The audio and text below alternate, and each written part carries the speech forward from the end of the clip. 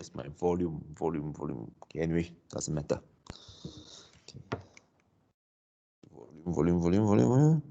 Okay, so let's get started. So today we have actually quite a fair bit of topics to cover. So these are topics that we want to cover.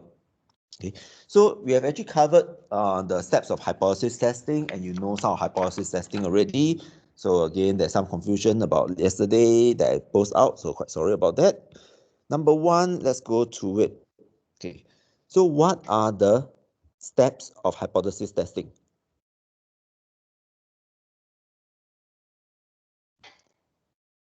Can anybody just give me a steps? What is the step number one?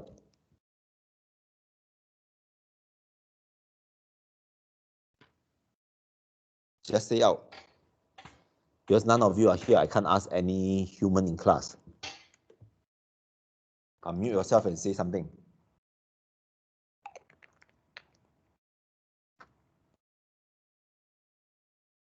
Formulate statistical hypotheses. Okay, so you formulate your statistical hypothesis.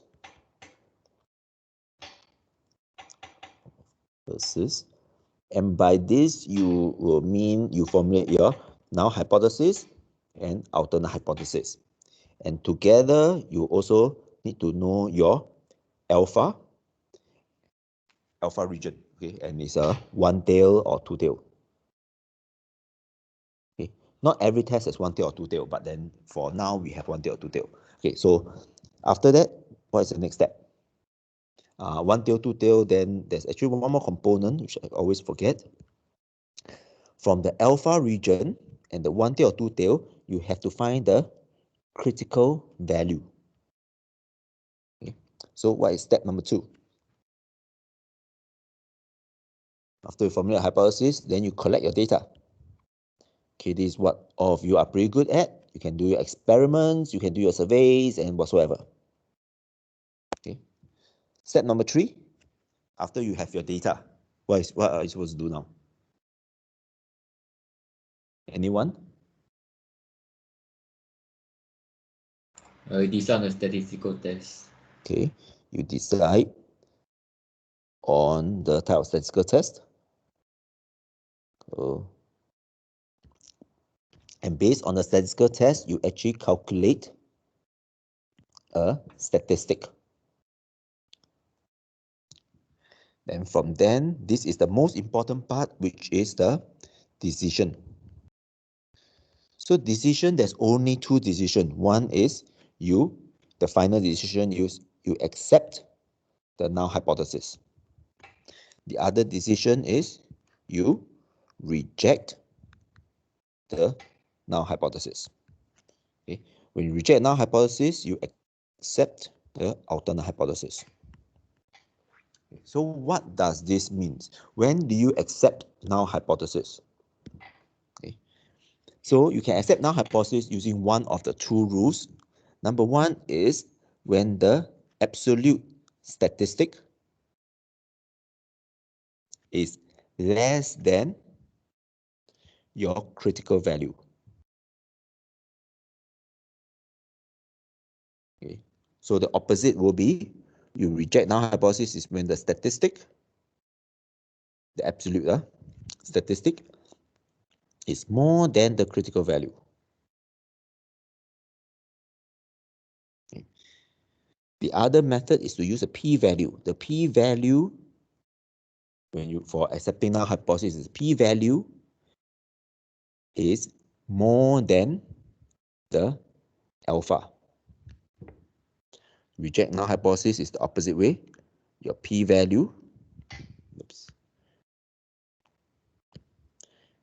p-value is less than alpha.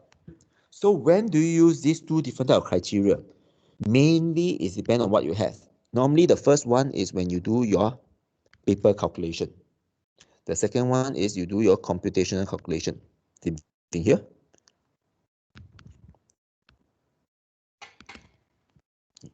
So based on that, the fifth step, which is the final step, you interpret the results. So when you interpret the results, it's almost like In your primary school, you write the statement for your problem sums. Okay. So all statistical tests will follow these steps. And there are many types of statistical tests. So when you choose different statistical tests, this is the only part change.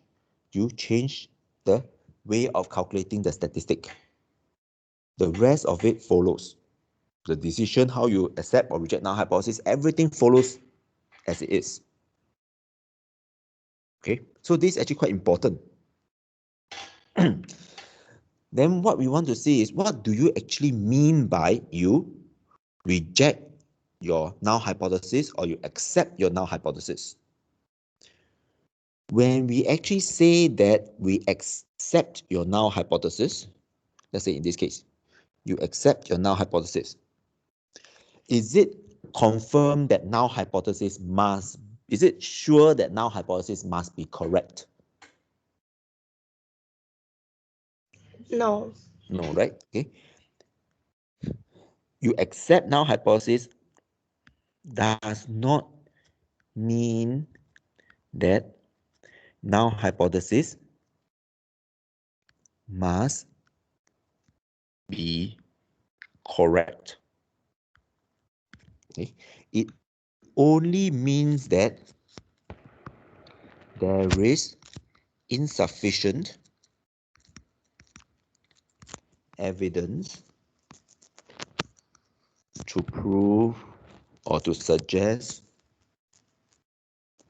null hypothesis being wrong. Okay.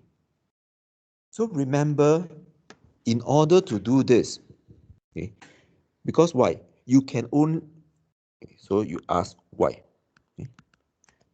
The reason is you only reject null hypothesis when null hypothesis has less than 5% chance of being correct. So even when null hypothesis has only 6% chance of being correct, you cannot reject null hypothesis. Only 6% chance, you're not 60% chance, only 6% chance. Okay? This is what it means. So you can, it's possible that after you do more experiments, you redo these statistics, and then you reject null hypothesis after that. It's also possible. The more data you collect, the better it is. Okay, so this is what it means. When null hypothesis, you fail to reject null hypothesis, doesn't mean that null hypothesis is correct. It just tells you that there's insufficient to prove null hypothesis being wrong. Insufficient, that's why you fail to reject. Okay, so this is a very important concept. Okay, don't get it wrong. Any problem with this so far? I have a question. Yes. If you fail to reject the null hypothesis, do you say that you reject the alternate hypothesis? Cannot. If you fail to reject the null hypothesis, then don't talk about alternate hypothesis anymore. Okay, so you just like talk about the null hypothesis only. Yes. If you fail Okay, to thank reject, you. yeah, don't talk. Okay. So it's almost like saying, let's say a suspect is being charged for a murder case. When he is acquitted, means that he's declared not guilty. Is he really not guilty? Or is there insufficient evidence to prove that he is guilty? Go The on, trying to say? second one. The second one. Is insufficient evidence to prove that he's not guilty, that he's guilty. Okay, so the only way to redress, the only way to retrial is that you have new evidence coming up. Okay, otherwise, there's insufficient evidence that proves that he's guilty, essentially. Therefore, he's innocent.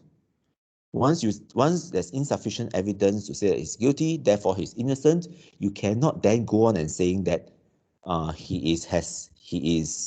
he may have some chance of being guilty. Forget it. It's not going to work. Okay, so that's what you are trying to say. Okay. So let me write down. once you let me choose a nicer color. Okay, once you accept the null hypothesis, okay, do not mention about alternate hypothesis. Okay, any mention of alternate hypothesis is going to get you wrong. Okay, so now what is the difference between hypothesis test and the probability of X? Okay, so we have question. Let me just write it. Difference between your hypothesis test. This is actually in current tutorial, your tutorial 5. And let's say the probability of X more than a certain value. Okay, so this itself is your tutorial 4. So the question will lies in this. Okay, this type of question will be, you ask in the form of, what is the probability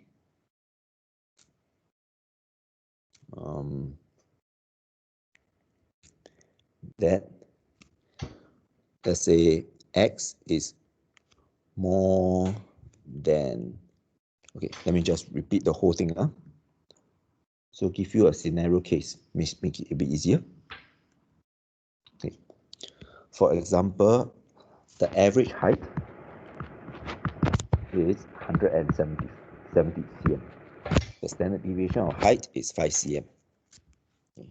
The question we'll ask is, what is the probability of finding a student that is taller than maybe 175 cm. Okay. So what you are looking at is this. You're talking about one student, one person. Okay. The other one, when you do your hypothesis testing, you are actually asking the same kind of question like this. The average height is, let's say, 170 cm. Standard deviation is 5 cm. You're asking question is, what is the probability of a group of students with average height more than 175 cm. Okay, so the difference is here.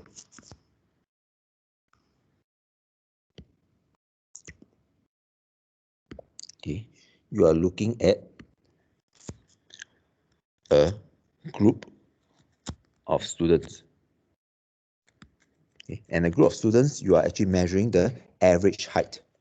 But for your tutorial 4, you are measuring at just one person's height. Okay, so this is a very important concept for your term test. I repeat, this is a very important concept for your term test. So please read your question properly. Okay, learn how to take some hints.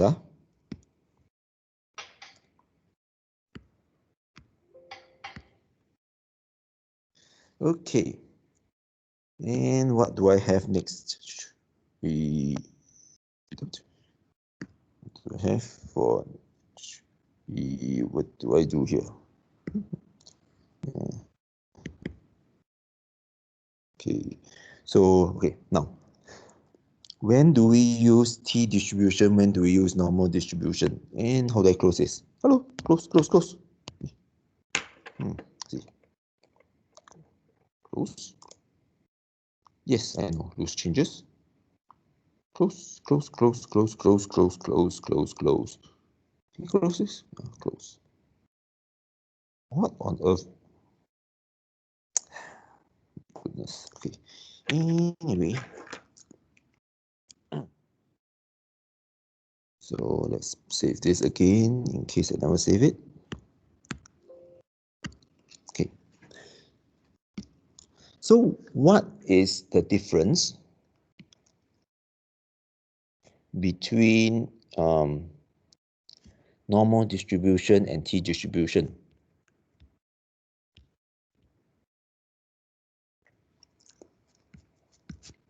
Or basically your different tests. Where do we have normal distribution and t-distribution? Okay. Now let me just give you a kind of a case. Let's say we go back to our others ice cream again. Okay. Our others ice cream, we have case 1.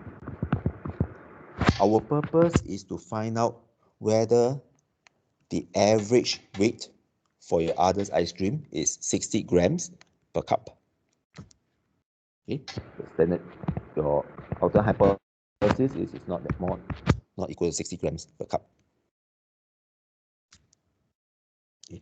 Assuming that you have one group that does 100 cups, you can buy 100 cups of other ice cream. So that's going to cost you about $400. And from here, you find out that the average weight is 62 grams. The standard deviation is 0.2 grams.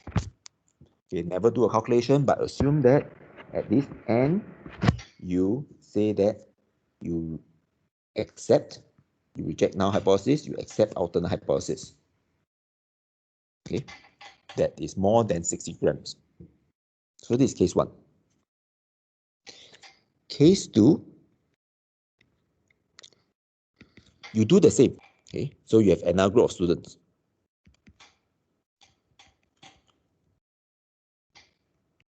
The hypothesis is okay, but this group of students, instead of buying 100 cups, they only buy 10 cups. And they happen to get the same result.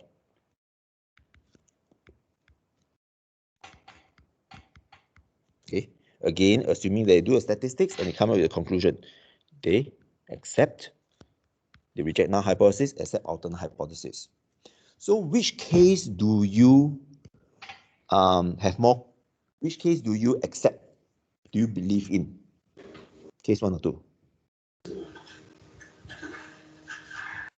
Which case do you, which student do you think will be more reliable or more trustworthy? 1. 1. Why 1? Correct, it's 1. That's a bigger sample size. Correct. So you trust this because of larger sample size. Makes sense, right? So now, the problem with this concept is, if you use your normal distribution,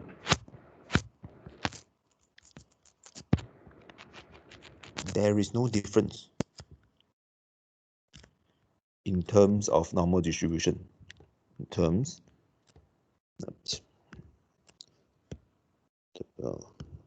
there's no difference in terms of normal distribution. Okay? It's even worse. You can have another case 3. This set of students is super lazy. They use the minimum because you only need 2 samples to calculate the standard deviation, and they happily get 62 grams, and they reject, they accept the alternate hypothesis. Reject null hypothesis is an alternate hypothesis. But basically, okay, can somebody mute? Hello, mute yourself.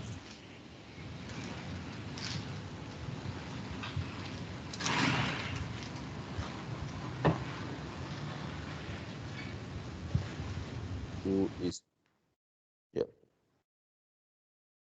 Yeah. But in case 3, you can basically throw this result out the window.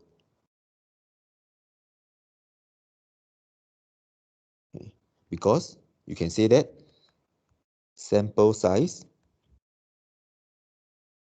is too small for any conclusion. However, in terms of z-test and normal distribution, all these three are acceptable. In fact, they are equivalent, they are the same. However, you know that case 1, you trust it more because of the sample size. So what we are trying to say is, we have to account for sample size. Okay.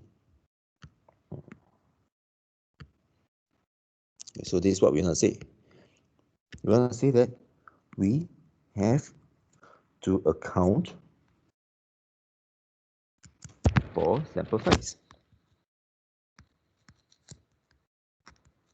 Okay. So in another words, t distribution is to account for sample size. So t distribution is basically the answer for us to account for sample size.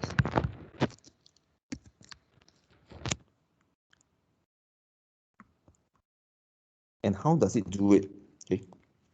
Essentially, t distribution becomes normal distribution when sample size is large.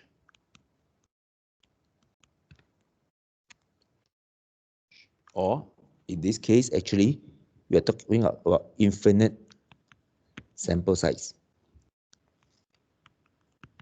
Okay. However, t distribution is so-called, I will use vaguely the word different when sample size is small. Okay. And the threshold seems to be about n equals to 30. When n equals to 30 or more, t distribution is close enough to normal distribution that you can just use normal distribution. Okay. So in order to account for sample size, we use this thing known as degrees of freedom. Okay. We talk about degrees of freedom a little while, but let's look at whether is this true first or not. Let's do a simulation and look at it. Okay, where am I? Okay. Okay, where's my... So let me have this Excel, and I killed my Excel. Okay, I got this Excel. So let us do a distribution curve. I have the axis, either T or Z.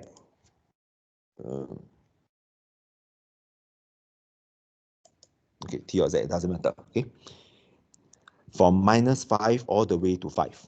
Okay. So let us do degrees of freedom equals to 1, 5, 10, 20, 30, and normal distribution. Okay. So let us just do the, hold on, since I can do it here, or Z.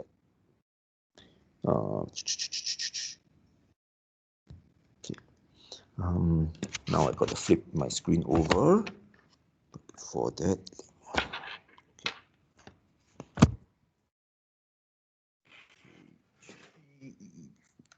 try not to break my laptop. Okay. Let's just do a simulation in that sense. And let's just do a normal distribution first. So we can actually, we have done that in our lab session, use a normal distribution. Okay, X is the horizontal axis, degrees of mean is 0, standard deviation is 1, cumulative we move force. Okay, So now let's drag it all the way down. 5. So this is the Z distribution curve. Okay, the green line. Then look at what happened when you have degrees of freedom equals to 1. Okay, so I use the T distribution.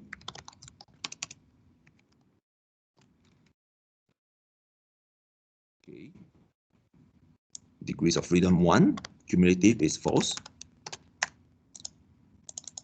You realize that it is appearing fatter. Okay, the curve is wider.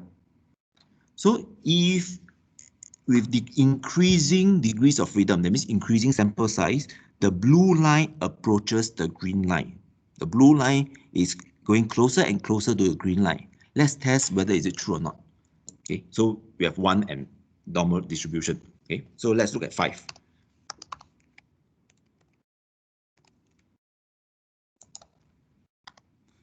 Degrees of freedom is 5. Cumulative is false. Okay. You see? Now the bright orange line is actually very close to normal distribution. It's close to normal distribution, but it's not very close. But compared to the blue line, which is degree of freedom 1, it appears more like normal distribution. Let's look at degrees of freedom for 10. Okay, you expect if that's the case, right? You expect that the gray line to be somewhere between the green line and the orange line. Let's look and see whether is it true or not.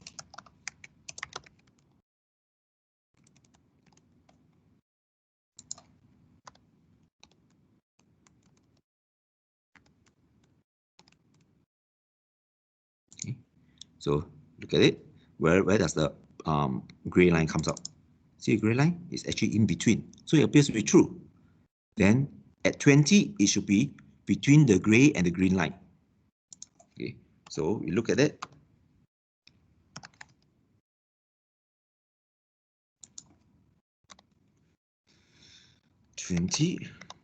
False. Carefully, so the 20 will be the bright orange line. Okay, look at where's the bright orange line. See, it's getting closer to normal distribution. And at 30, it's supposed to be almost overlapping normal distribution.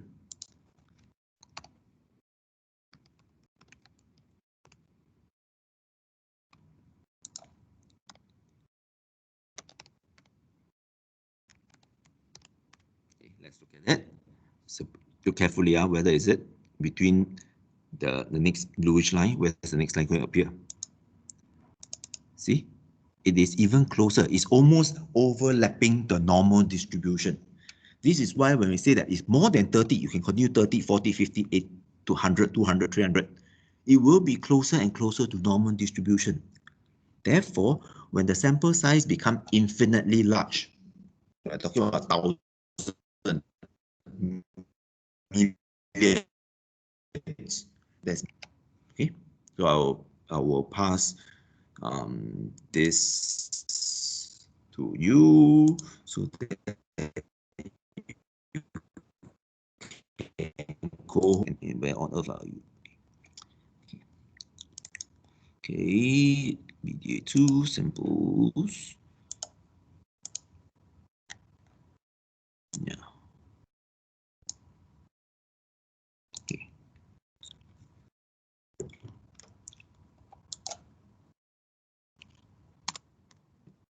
Don't play around with it. All right. So play around by in our own time. Now, the next concept that we want to talk about is this thing that we have here, degrees of freedom. Now, what is degrees of freedom in T-statistic?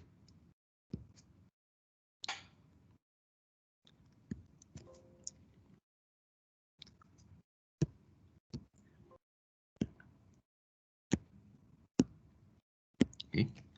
What is degrees of freedom? Let's say in T-statistics, what is DF? How is degrees of freedom calculated? Equals to what? N minus 1. N minus 1. So it's a sample size minus 1. Okay, sample size, oops. Sample size minus 1. So why is it sample size minus 1? Anyone? Okay. You can go and look at what the definition of degrees of freedom means. Sample size minus 1. Okay, remember that. Now let's go to our favorite wiki page and look at what on earth degrees of freedom really means. You read the first sentence. Do you understand what it means? It's the number of values in the final calculation of a statistic that is free to vary.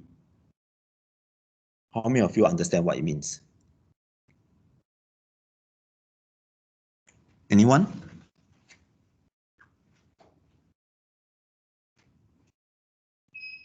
If you don't understand, then read the next paragraph. The number of independent ways in which a dynamic system can move without violating any constraints to it is called the degrees of freedom.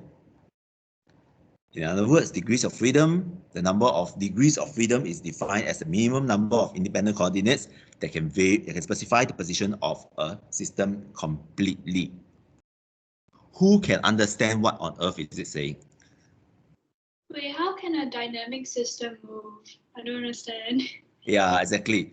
So that is, okay, now, actually, this is the correct definition of degrees of freedom. Just that degree, you have basically hit one of the toughest concepts in statistics called degrees of freedom. A lot of people in university don't even understand what degrees of freedom really is. Okay, because the definition for it is tougher than what it is. So just, in other words, let me just give you a situation to help you understand. Okay, and I have to come back to here. So degrees of freedom is equals to sample size minus 1. Okay. So am I still auto-rotated or? Okay. So let's say I want to have 6 numbers, 6 blanks to give you equals to 100. Now, the numbers that I put in can be large, small, positive, negative. Okay, quickly, just give me some random numbers. Somebody just throw out some random numbers quickly. 10. 10, next. Next. Can be positive, negative, doesn't matter. Large or small. Huh? 7. 7, next number. 69. 59, next number. 1, 2. 1, 2, next number. 69. 69, okay, last number. 69. No, it has to be equals to 10. Equals to 100. Lol, it's already over already. Then you can be a negative number, right? No, I Negative tell you, 69. positive or negative number, it doesn't matter. So what is the last number? Take a calculator and calculate. Negative 67. Negative 67, assuming that is correct. Okay. So what you observe here is when there are 6 spaces. Okay, so n equals to space 6. The number of spaces you can use inverted commas is actually 5. Okay, because when the fifth number or the fifth number of fifth space is filled, the sixth the value of the sixth space is fixed. When the moment you put in the fifth number, the sixth value is fixed for you based on the overall equation. That's why the ability to move is n minus 1. in this case. Okay, so that is what degrees of freedom really means. Okay, and it somehow helps us because for your T distribution,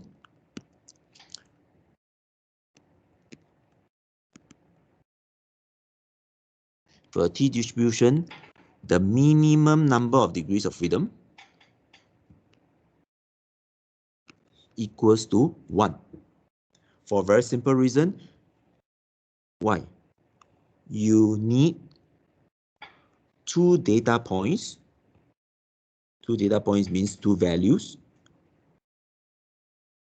to calculate your standard deviation. Because remember, your sample standard deviation is the summation of x as a mean square divided by n minus 1. It's because of n minus 1, that's why you need 2. Okay, so that is what degrees of freedom is. It's easier to give an example rather than to read the definition for degrees of freedom. Okay, somehow it just doesn't work. Okay. So now we have come to the point, when do you use t-test or z-test? When you Wait, use sure. So what?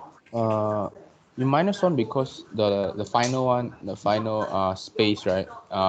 It is fixed, so it will affect. If you put it in, then it will affect your standard deviation, right? Which is not what you want.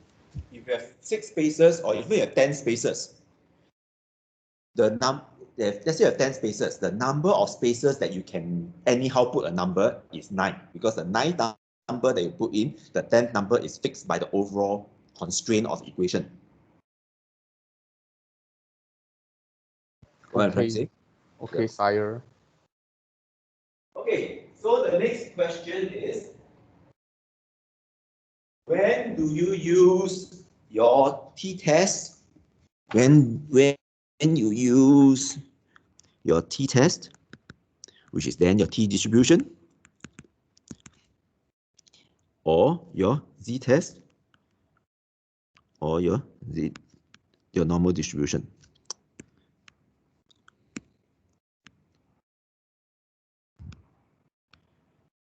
Okay. So this is a thing that a lot of people has been asking. Now, let's look at the regular cases first, the one that we do not have to argue. The one that we don't have to argue is if sample size is more than 30. Okay, and sample size is more than 30, and the population variance. Okay, when I mean population variance, it also means the population standard deviation, because variance and standard deviation is just square and square root.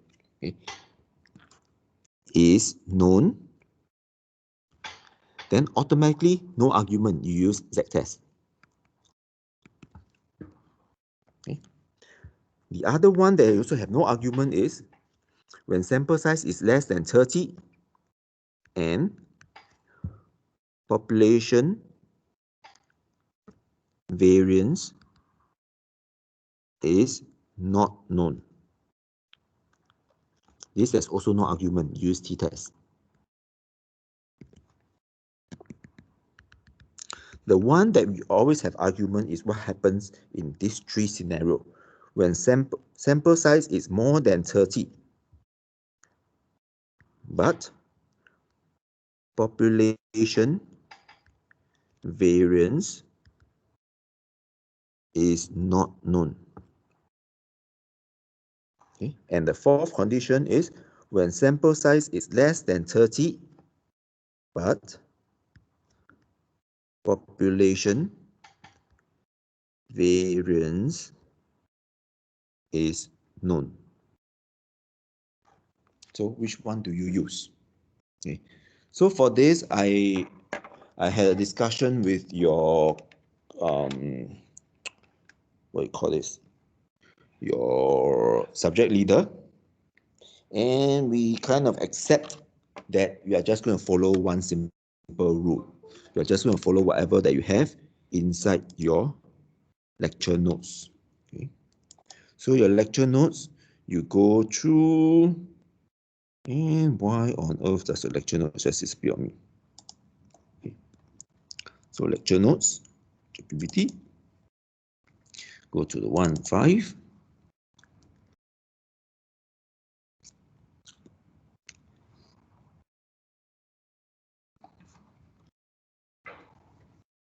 Okay, for it to fire up.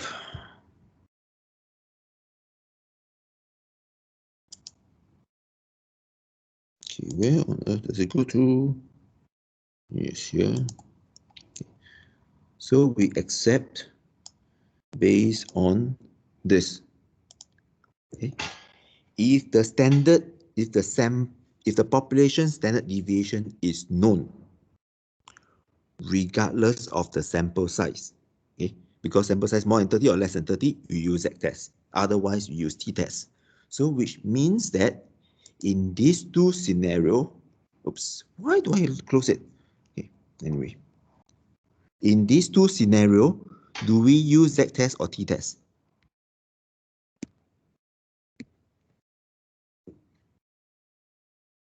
Z. Z-test, correct. We use z-test for both of them. Okay. Okay. Now, as I always mention, in reality, first problem is population variance is almost never known. Okay, when you're doing any form of experiment, population variance is almost never known. So let's look at in practice. Okay, your population variance is almost never known. That's one. Second is, do you think that your sample size is more than 30 or less than 30 most of the time?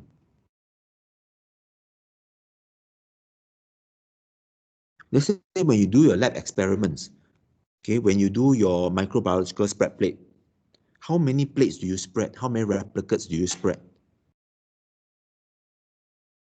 Less than 30. Less than 30, right? Most of the time, you only do duplicated experiments. At best, you do triplicates. Remember when you are doing your O levels titration, chemistry titration, you only do triplicates. At most, you do 4 times. Is at max you can do. You never do 30. You never do 40. So, also in practice that sample size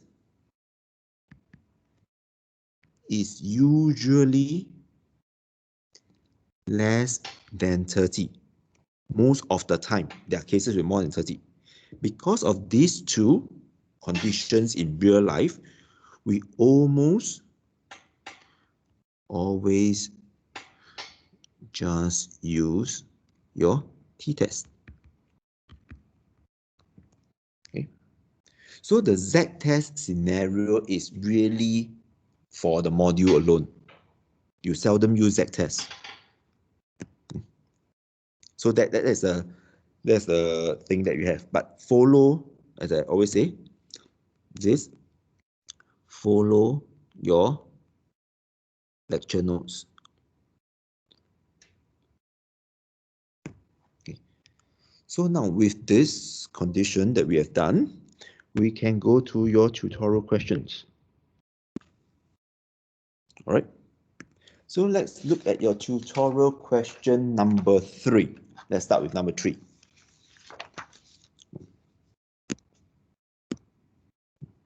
Tutorial question 3.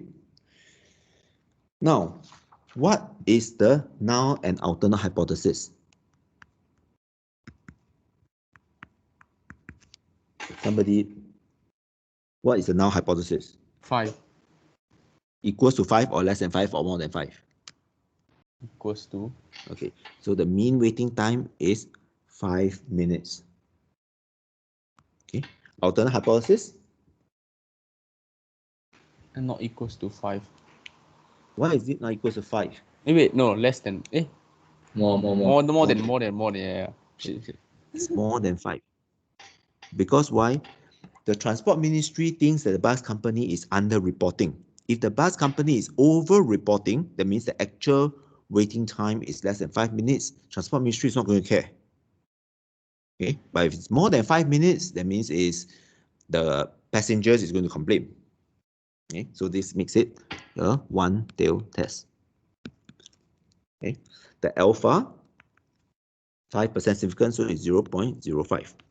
Okay. So from then you look at the results. Okay, they actually poll 100 commuters. The mean waiting time is 5.5 minutes. Standard deviation is 2.7 minutes. All right.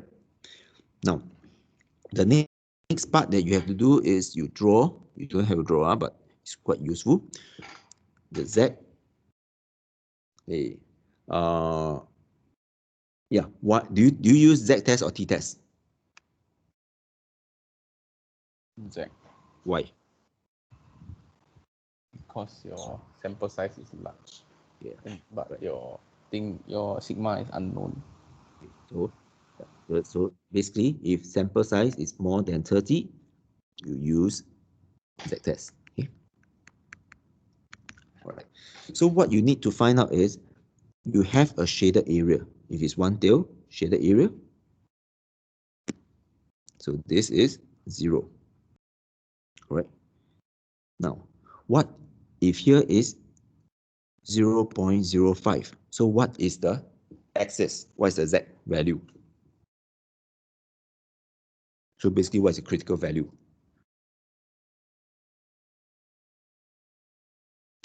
Z and then alpha.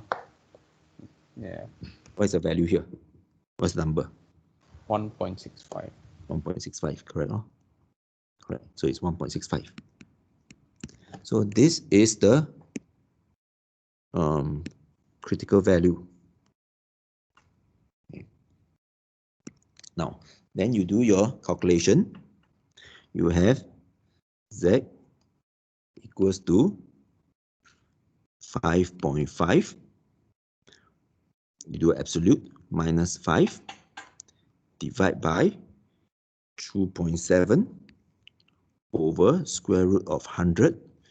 You get about 1.85. So based on these two values, you reject or accept null hypothesis. That means it's the Z value in the shaded region. Reject. Reject. Okay, so yeah, you reject your null hypothesis. Okay. You reject null hypothesis means that you accept null hypothesis, alternate hypothesis. Therefore, the bus company is underreporting.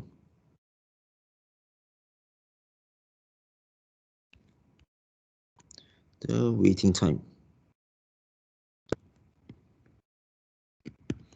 Okay, so that is your question 3.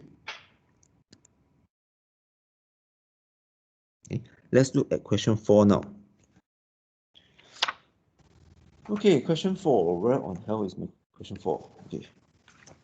Question 4. What is the null and alternate hypothesis? Wait, for question 3, can I ask something? Yes. Can you say it like the probability that the null hypothesis is true is less than 5%? You have to include that statement. Yeah, you can. You can either say that, okay, before that, right? That means before this statement, you can either say that since the Z value is more than the Z critical value, therefore you reject null hypothesis, or you can say that since the p-value is less than 0.05, you reject null hypothesis. But because you are doing a paper test, this works better because now you can compare the two numbers. What I'm trying to say? Yeah. But then you don't have to say that the probability is that it's You can true say is less. Yeah, you can after that, then you say that you can even then go,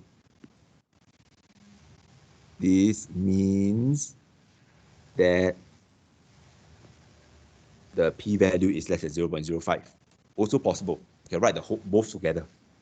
Then can you also say that, like, for example, maybe it's more than 5%. So do you say more than 5% or like 95%?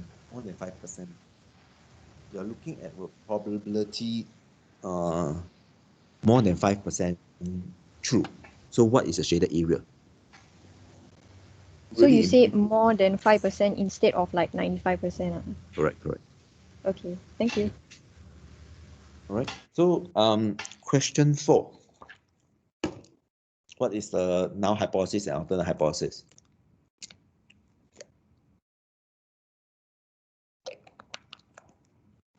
We have a fair bit of questions to go through. 7. Okay. Mean is 7 pull-ups. Alternate hypothesis? Less than 7. Why less than 7? Not equal to 7. Not equal to 7. Why not equal to 7? It's more than, because this is the person say is more than, can do more than 7. Yeah, so can do more than 7. He claims that he can do more than 7, ma. So it's supposed to be he can do more than 7.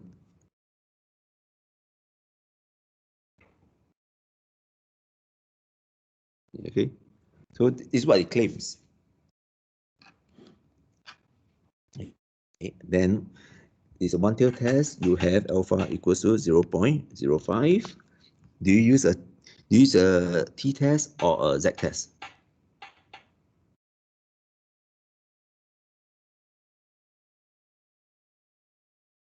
Hello, t-test. Yep. Why t-test? Because less than 30. Yeah, sample size is less than 30. Okay, you use a t-test. Okay. From then here, what you have is the critical value. Okay. In this case, you use t-test. Sample size is actually 20. Therefore, degrees of freedom is 19. Critical value is 0.05. Degrees of freedom 19. What is the value from the table? 1.729. Yes, 1.729. Very good. Okay. So you calculate your t statistic. You get about 0.327. Do you accept or reject null hypothesis? Reject. Huh? Fail What? to reject, Fail sorry. to reject. Yeah, fail to reject. Okay, why you fail to reject is because your t value is less than the t critical value. Okay, so you conclusion is you accept the null hypothesis. Okay, then you write your final statement. Okay. Okay. So where am I? Okay. So now let's do question 5. Question 5. What is the null hypothesis? What is the alternate hypothesis? 22.3. 22.3. The mean is 22.3 hours. Alternate hypothesis? Not equal to 22.3. Wait, just can so question 4, how do you write the final statement? How do you write a final statement? There's not enough evidence to show that Sergeant Rambo's training it's more effective. Okay. 22.3 hours. Okay, so here for question number 5, what is the alpha?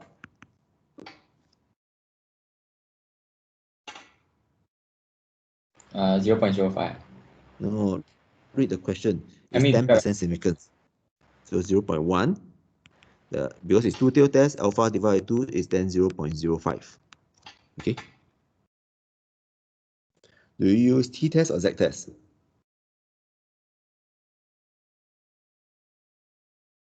Z, Why? because n is more than 30. Okay, n more than 30, you do z-test. Correct.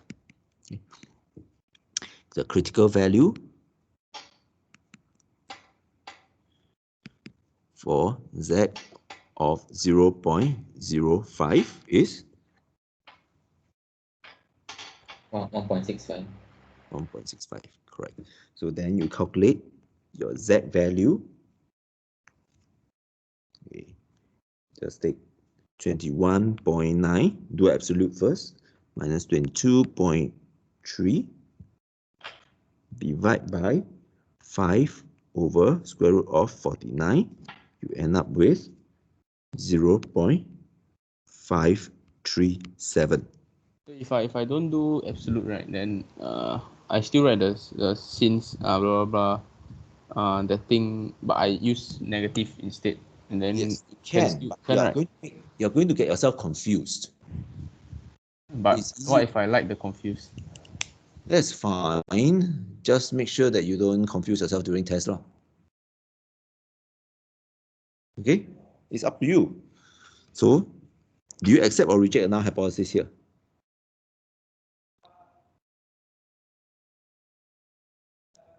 Accept. Accept, yeah. Okay, so Z is less than Z critical. The final conclusion is then you accept the null hypothesis. Okay. Good, no problem. Question 6. Okay, question 6. So the final line is hence battery life of during a smartphone is 22.3 hour under normal usage. Yes. Okay. So question 6. What is the null and alternate hypothesis for the panda?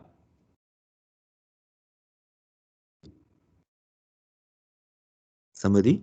12.3. Okay, so it's 12. Oops. The mean is 12.3 kilograms. Alternate hypothesis? Not equals to 12.3. Yes, correct. Equals to 12.3 kilograms. Okay. And here, your alpha, because you're looking at 5% significance, 0.05, means that your alpha divided by 2 is 0.025. So based on this, is it t-test or z-test? T-test. Less than 30. Okay. T-test. So you find out the critical value. Critical value for T in this case will be 16, 0.025. Degrees of freedom is 15. What do you get?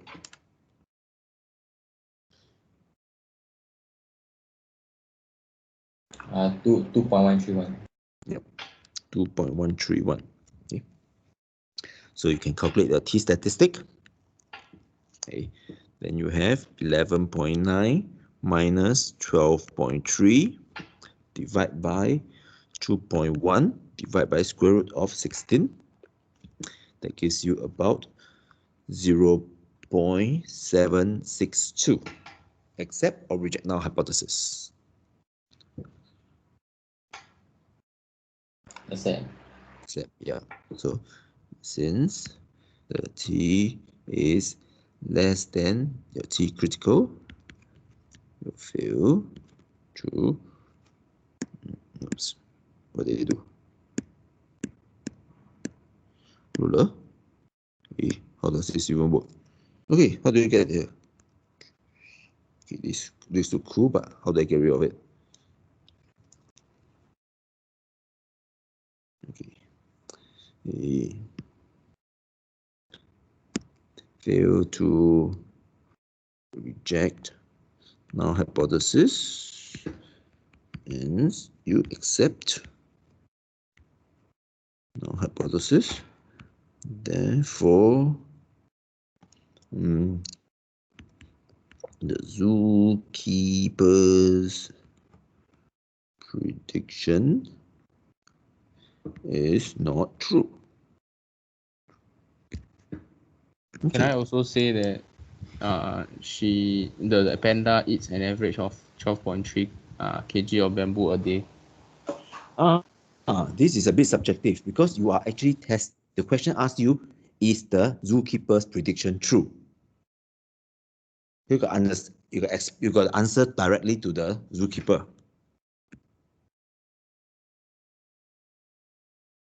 Okay? Okay. Yeah. Okay, so next we have question number 7. Okay, so question number 7. What is a null and alternate hypothesis? Symmetry. Okay. 73 purchases. Alternate hypothesis? Less than symmetry. Less than 73. See, alpha is 0.1. Okay. Do you use t-test or z-test? Z. Z, okay. Why? More than 30. No, Okay. the sigma is known. Population sigma is known. Also is more than 30. So population standard deviation is known, and n is more than 30. So no argument here. You use z-test. Okay. So here, what is a critical value? Z at 0.01. What is it?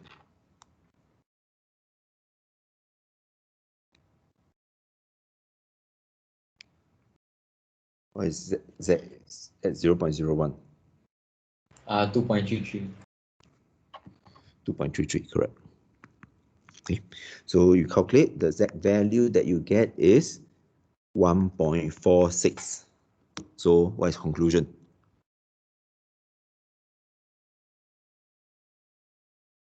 First step. Yeah, correct. So conclusion, you accept the null hypothesis. Okay, then you can write your own statement yourself. Question number 8. Okay, the cost of rice, 1 kg of rice in Singapore last year was 3.74. So now hypothesis is mean 3.74 per kg. Alternate hypothesis? Less than 3.7. Less than, because you're testing whether it dropped or not. So it's less than 3.74 per kg. Okay. And here is 1% significance again. So it's 0.01. T-test or Z-test? T. Yep. Okay.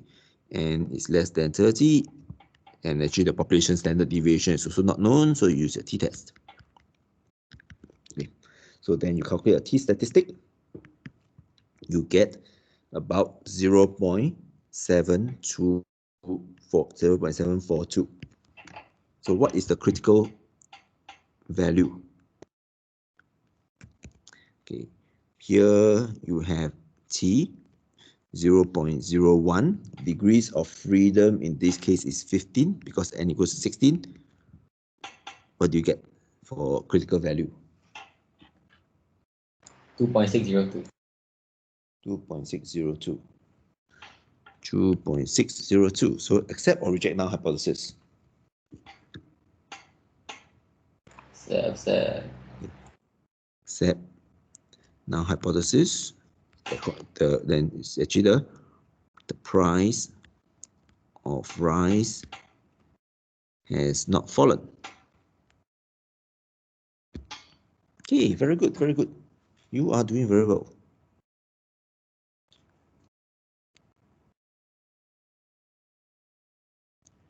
Okay. What they do? They press correcting.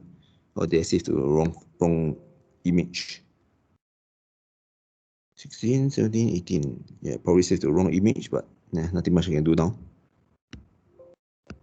Okay. So question number 9. Okay.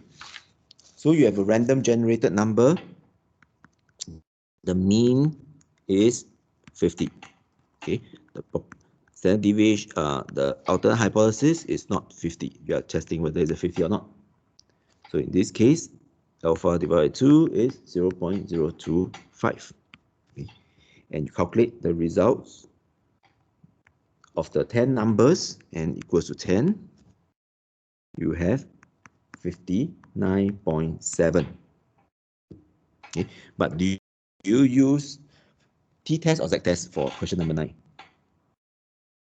Z-test, okay. So because population, standard deviation known, therefore you use your z-test. Okay. Because of that, your critical value for z 0.025 is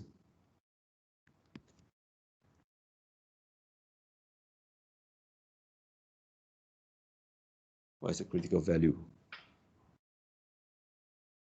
1.96. Yes, 1.96. Okay, then you calculate out the z value, gives you here will be 59.7 minus 50 divided by 10.2, which is the population standard deviation divided by square root of n. That gives you about 3.01. So do you accept or reject the null hypothesis? Reject. Right. You reject. Null hypothesis means that the mean number is not equals to 50. Okay. But question 10 says that the standard deviation is not known. The population standard deviation is not known. So it remains the same for everything.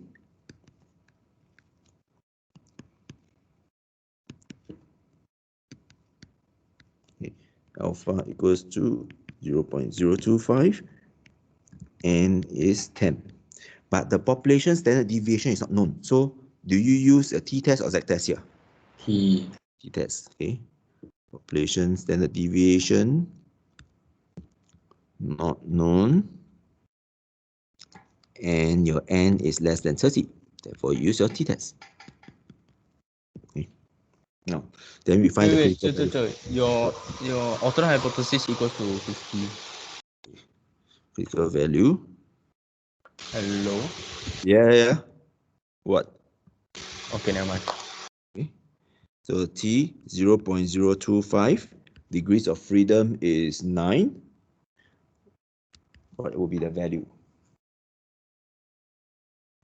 2.262. It's 2.262. Okay. Now, because of that, you use the 10 numbers to calculate the standard deviation, which then you get 25.02. You put it into a t statistic, will be the numerator is the same, 59.7.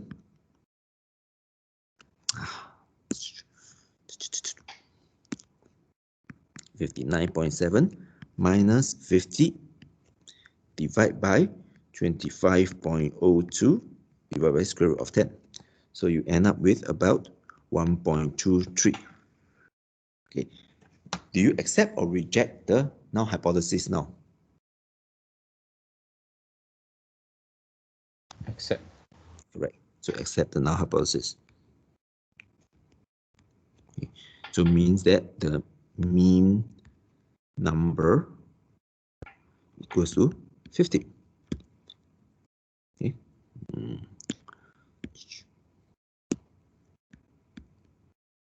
Okay. Good. So we are getting there. Okay, let me go and on my aircon again.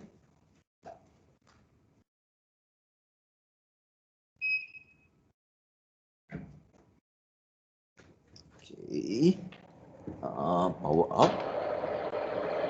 Okay, so done all the 10 questions already. Let's look at question 1. Okay, question 1.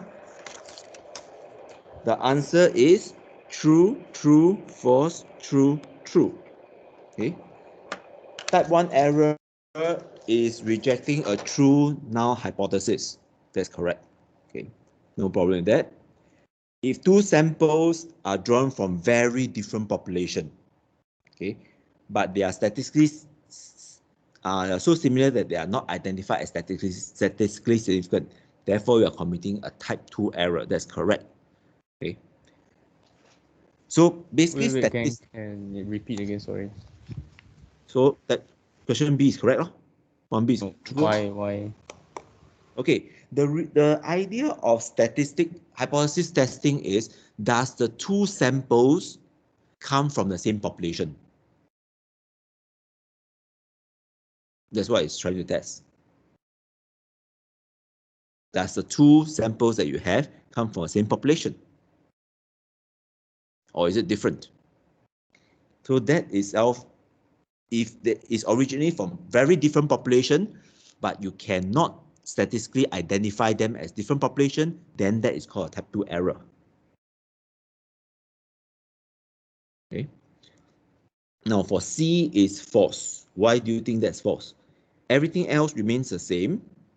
If a hypothesis test is significant at 5%, it must also be significant at 1%. Is that going to be true? Or do you know why is it false?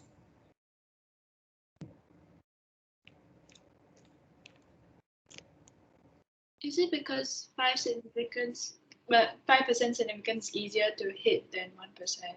Correct. Okay, so 5% is easier to hit than 1%. To make this statement true, right, it will be the opposite. To make this statement true, it will be if everything else remains the same, if a hypothesis test is significant at 1%, it must also be significant at 5%. Then it will be true. Yes, because 5% is easier to hit than 1%. Yep. Okay. D. If my p-value is less than alpha, it means that my test statistic is in the critical region. Yeah, that's true. We have done that a few times already. So E, a researcher wants to test the hypothesis that poly students weigh less on average than the average Singaporean, which is 65 kilograms. A sample mean of 80 students was 63, and the p-value is 0.03. So it means that the mean weight for all the students, if the mean weight of all the students is 65 kilogram, there will be a 3% chance that the randomly selected 80 students weigh less than or equals to 63. That's true. Okay, that's actually what hypothesis testing also means. Okay. So for question 2A. Okay. So how will you write your null and alternate hypothesis?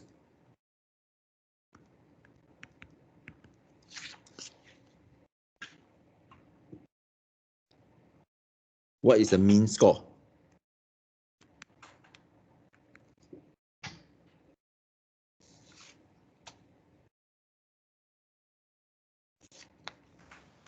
Uh, 610. 610. Is it one tail or two tail? Two tail. Two tail. So it's not equal to 610. Okay. So question B. What is the null and what is the alternate? Okay. 16.3. 16.3 years old. Alternate? Not equals to. Not equal to. Correct.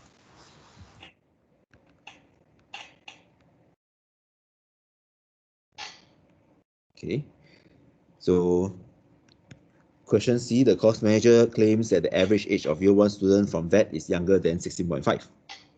So what is the null and alternate hypothesis?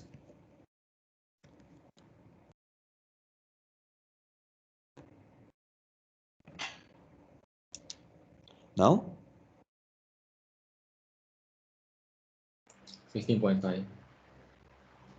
15.5, 16.5 years old.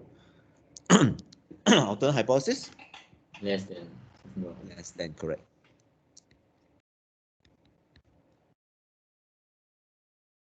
Okay, so the last one. It's reported that the average monthly credit card bill for Singaporeans is 3,200. A student feel that the average debt is much lesser. So what is the null and alternate hypothesis?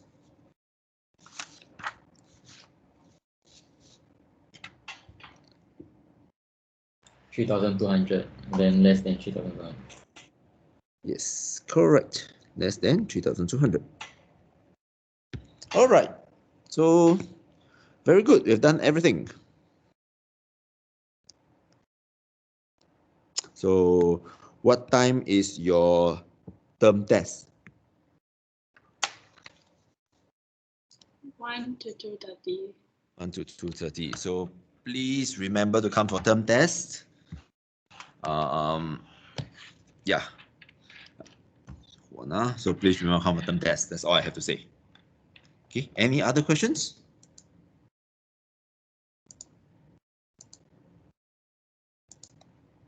And where are all of you? Okay, if no other questions, then that's all for today. Bye-bye.